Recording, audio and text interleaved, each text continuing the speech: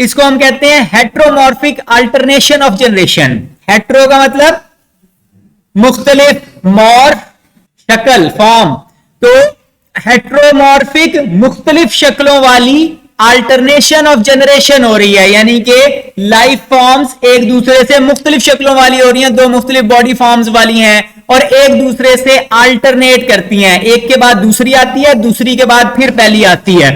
दो जनरेशंस हैं, एक को हम कहते हैं गेमीटोफाइट और दूसरे को कहते हैं स्पोरोफाइट। फाइट का वर्ड प्लांट के लिए है, गेमीटोफाइट वो वाली फॉर्म है जो गेमीट्स पैदा करती है। अब ये अल्टरनेशन ऑफ जनरेशन बिल्कुल सिंपल सी है, लेकिन यहां पे समझेंगे तो फिर अगले ग्रुप्स में कॉम्प्लेक्स होती जानी है, तो यहां पे समझना, याद करना जरूरी है। तो एक फॉर्म को गेमीटोफाइट कहते हैं। गेमीटोफाइट गेमीट्स पैदा करता है। गेमीट्स कौन से होते हैं? जैसे एनिमल्स के अंदर एग और स्पर्म होते हैं, ठीक है।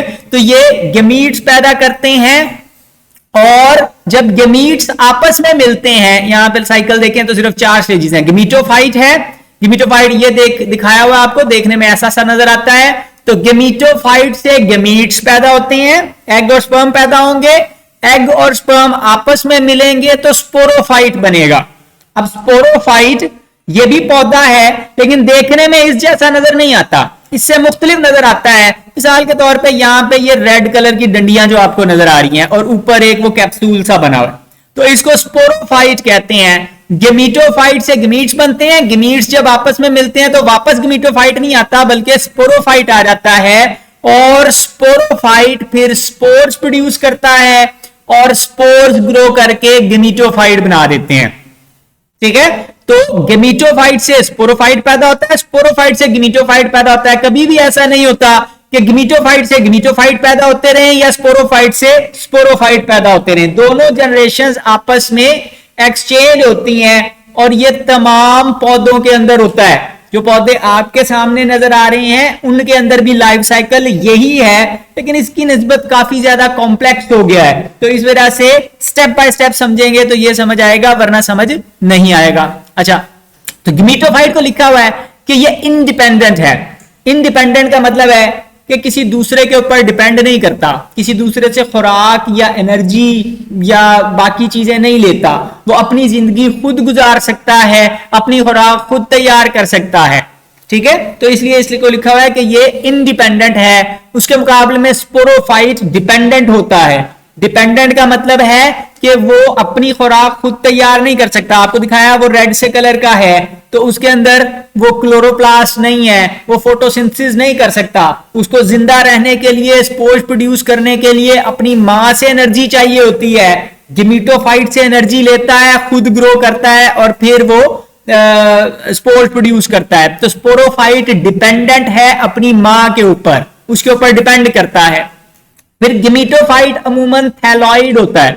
थैलॉइड का मतलब है कि इसकी बॉडी थैलस होती है, थैलस जैसी होती है, यानी कि कोई प्रॉपर रूट्स नहीं है, प्रॉपर स्टेम नहीं है, प्रॉपर लीव्स नहीं है, बस एक गुच्छा है सेल्स का। सेल्स आपस में मिलाकर रख दिए हैं, उसमें रूट शूट स्टेम की तफरीक करना मुमकिन नहीं है, स्पेशल स्ट्रक्चर्स नहीं है, सिंपल मैस ऑफ सेल्स है। लेकिन बहरहाल उसके अंदर राइजॉइड्स हो सकती हैं, यानी कि जड़ जैसे स्ट्रक्चर हो सकते हैं, स्टेम और लीफ जैसे स्ट्रक्चर हो सकते हैं। प्रॉपर स्टेम और लीफ तो नहीं है, लेकिन उस जैसे स्ट्रक्चर, शक्ल उन जैसी हो सकती है, तो थैलॉइड हो सकता है या स्पेशलाइज्ड टिश्यू हो सकते हैं। उसके मुकाबले में स्पोरोफाइट के अमूमन प्रॉपर फुट होता है, यानी कि एक ऐसा स्ट्रक्चर जिसके जरिए वो अपनी मां के जिस्म में गड़ा हुआ है। सीटा है, एक डंडी है और उस डंडी के ऊपर कैप्सूल लगता है जिसके अंदर स्पोर्स प्रोड्यूस होते हैं। तो उसकी बॉडी क्लियरली डिफाइंड है कि यहां पे ये है, यहां पे ये है, यहां पे ये है, ठीक है। तो वो उसकी बॉडी अलग अलग फॉर्म्स या शेप्स की होती है। तो 2 स्टेजेस हैं लाइफ साइकिल में, गेमीटोफाइट है और स्पोरोफाइट है। ब्रायोफाइट्स के अंदर गेमीटोफाइट इंडिपेंडेंट होता है, अपनी खुराक खुद तैयार कर सकता है, जबकि स्पोरोफाइट डिपेंडेंट होता है, अपनी खुराक खुद तैयार नहीं करता, अपनी मां से एनर्जी लेता है, ठीक है जी। तो स्पोरोफाइट, अब चीजें कॉम्प्लेक्स होती जाएंगी, बार बार बता रहा हूं, तो इसलिए समझ के फिर आगे चलना है। स्पोरोफाइट डाइप्लॉइड होता है। क्यों? स्पोरोफाइट किसके मिलने से बना है? गेमीट्स के मिलने से बना है। एक गेमीट मां से आया, एक गेमीट बाप से आया, दोनों आपस में मिले, क्रोमोसोम का एक सेट मां से आ रहा है, एक सेट बाप से आ रहा है, दोनों आपस में मिल रहे हैं, स्पोरोफाइट ग्रो कर रहा है। तो वो जो स्पोरोफाइट ग्रो कर रहा है उसके पास क्रोमोसोम्स के 2 सेट हैं, इसलिए ये डाइप्लॉइड है। 2n नंबर ऑफ क्रोमोसोम्स है इसके अंदर, और इसके ऊपर स्पोरेंजिया लगते हैं, यानी कि वो एक खाना, एक कैप्सूल लगता है, वो कैप्सूल स्पोरेंजियम कहलाता है। स्पोरेंजियम के अंदर स्पोर्स लगेंगे। स्पोर्स प्रोड्यूस होते हैं मियोसिस के जरिए से, ठीक है। उनके अंदर डाइप्लॉइड सेल में मियोसिस होगी। जब डाइप्लॉइड सेल में मियोसिस होगी तो नतीजे में हाफ हो जाएगा नंबर ऑफ क्रोमोसोम। तो स्पोर जो है वो वापस हैप्लॉइड है, और वो हैप्लॉइड स्पोर मिट्टी में ग्रो करेगा, और वो ग्रो करके वापस गेमीटोफाइट बनाएगा। स्पोर मिट्टी में गिरकर गेमीटोफाइट बनाएगा, और वो गेमीटोफाइट चूंकि स्पोर हैप्लॉइड था तो गेमीटोफाइट भी हैप्लॉइड होगा।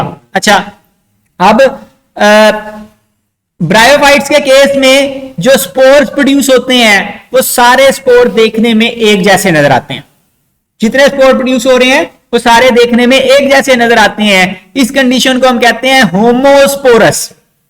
होमो का मतलब सेम, स्पोरस स्पोर वाले, तो एक जैसे स्पोर प्रोड्यूस कर रहे हैं, तो इनको हम होमोस्पोरस कहते हैं। उसके मुकाबले में आगे जब हम चलेंगे तो हम देखेंगे कि वहां पे मुख्तलिफ तरह के स्पोर्स प्रोड्यूस हो रहे हैं। हेट्रोस्पोरी आएगी अगले कुछ ग्रुप्स में, इसलिए यहां पे ये बताना जरूरी है।